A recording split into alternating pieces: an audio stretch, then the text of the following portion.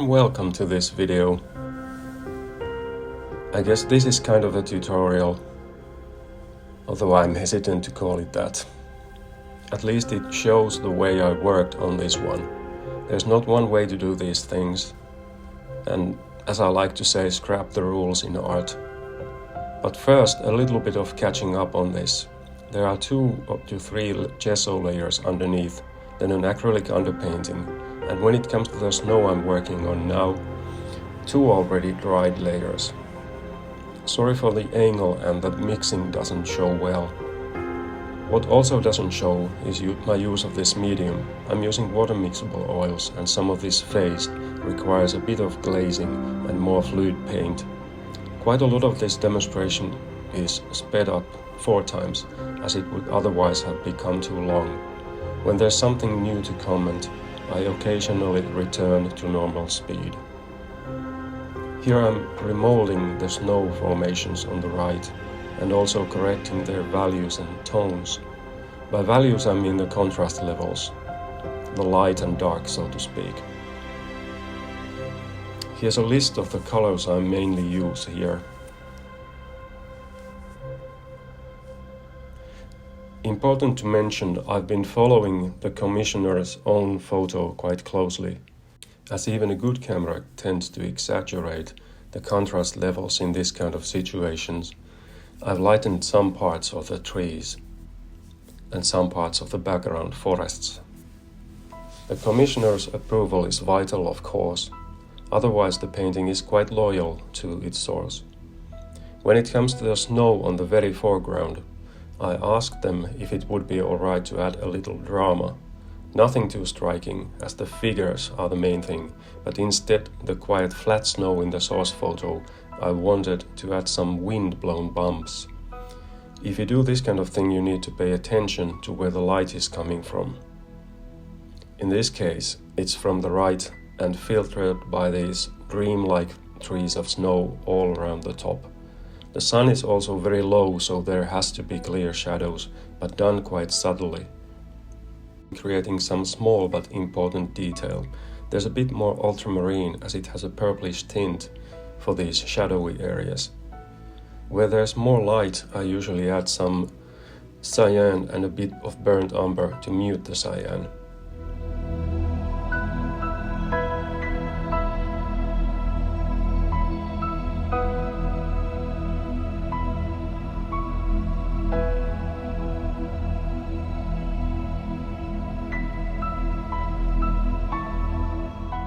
Now adding contrast to this form. As you may see, my brushwork is quite light here. It's not blending because the surface is already dry, but varying the pressure and the brush strokes, you get these smooth transitions that hopefully look like snow.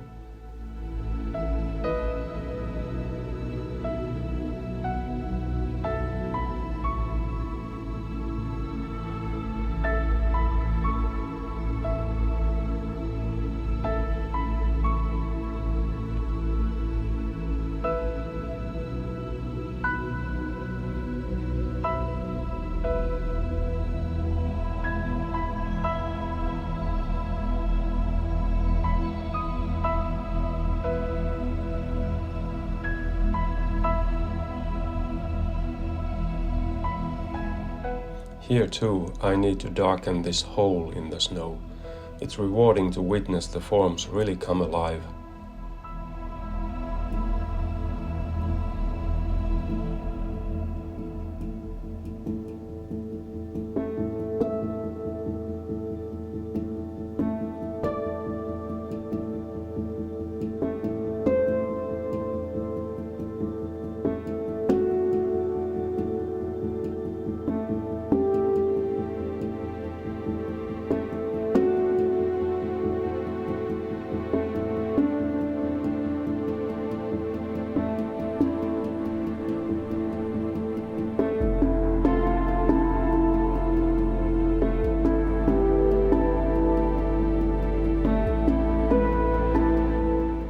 There's light on this plane entering between trees.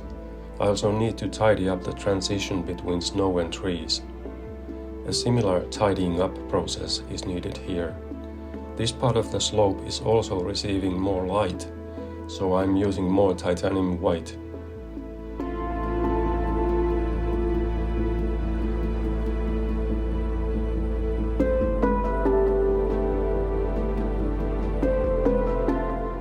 The shadow of these formations can be seen on this slope, and I'm adding a bit of burnt umber to the mix.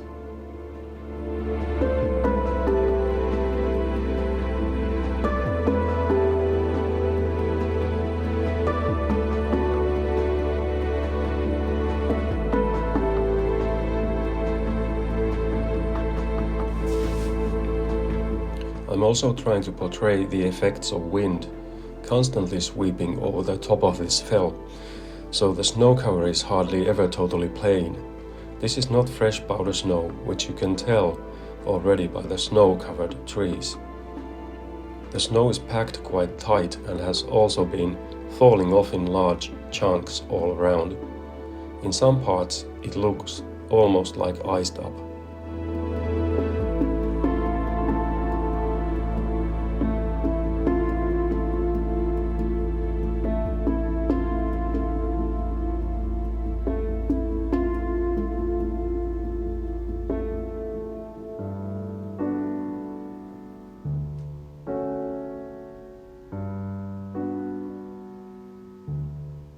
This phase requires some patience, as even small adjustments can make a big difference in overall realism. I find that an important key is to constantly make even minor changes to the mixes, especially the contrast values, as having only a couple of tones for both the lighter and darker areas is not going to look very realistic. That is, if you are going for a more realistic detailed look. I should have mentioned that in the beginning, true. But this was a commission from the start that was going to represent classical realism. Not to confuse with photorealism though, as I'm not trying to rigidly copy the photo or hide my brush marks. Now I've started to create those little wind-swept bumps. There is no one right way to go about them. You could paint each individual one of them at a time, or you can go like me. Place these shadow areas first in a kind of random order and amount, and then work on the shapes around them. The very important thing in the final stages of this is to make sure the light directions make sense and that there is some realistic continuity from shape to shape. Molding the shapes like this looks quite funny, even wrong at times, but it's so easy to correct. Patience and vision for what I'm doing is key. But maybe even more than that, not to be afraid of mistakes, of making a wrong mark here and there, or trying something boldly. If it doesn't work, oil paint is so forgiving. Just go back and change it until you are content. This is what I tried to emphasize on my calendar video too. Here I am adding some intermediate values, kind of base values.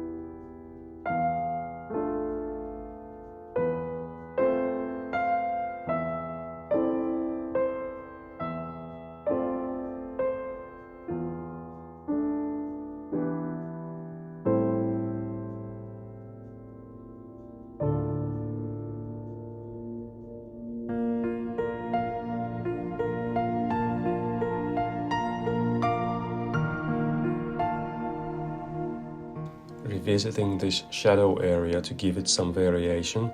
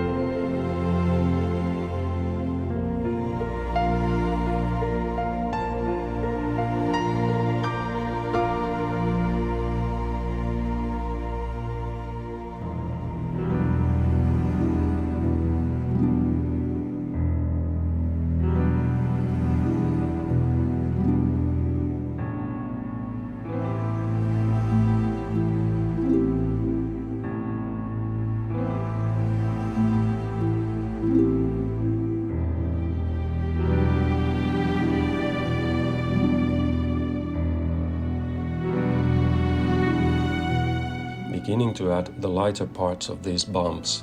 Sometimes I am able to use pure titanium white, because now there is an aspect of blending at play, since there is now a fresh layer of darker paint on surface. Once again, a lighter touch is needed if you want it to look like realistic snow, windswept and smooth.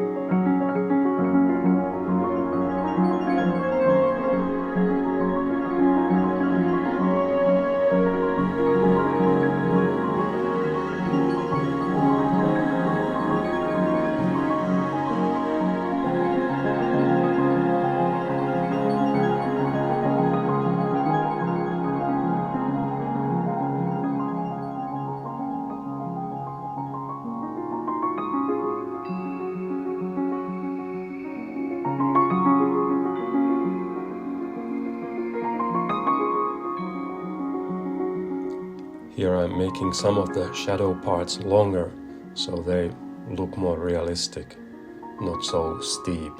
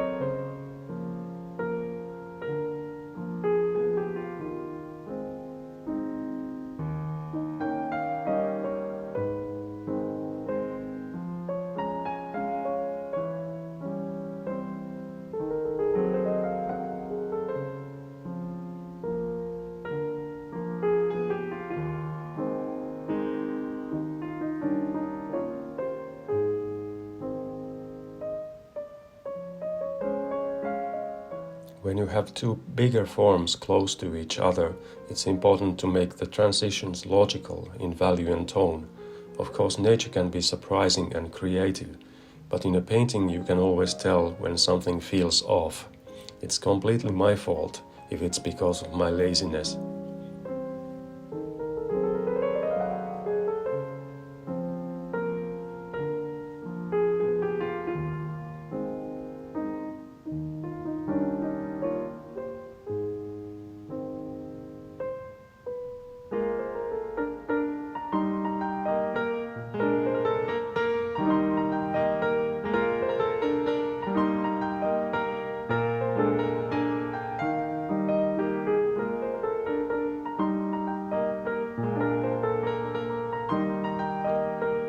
Just emphasizing somewhat the light on top of this form, and we get to this most satisfying part of the painting. Time to put your signature on and contact the commissioners.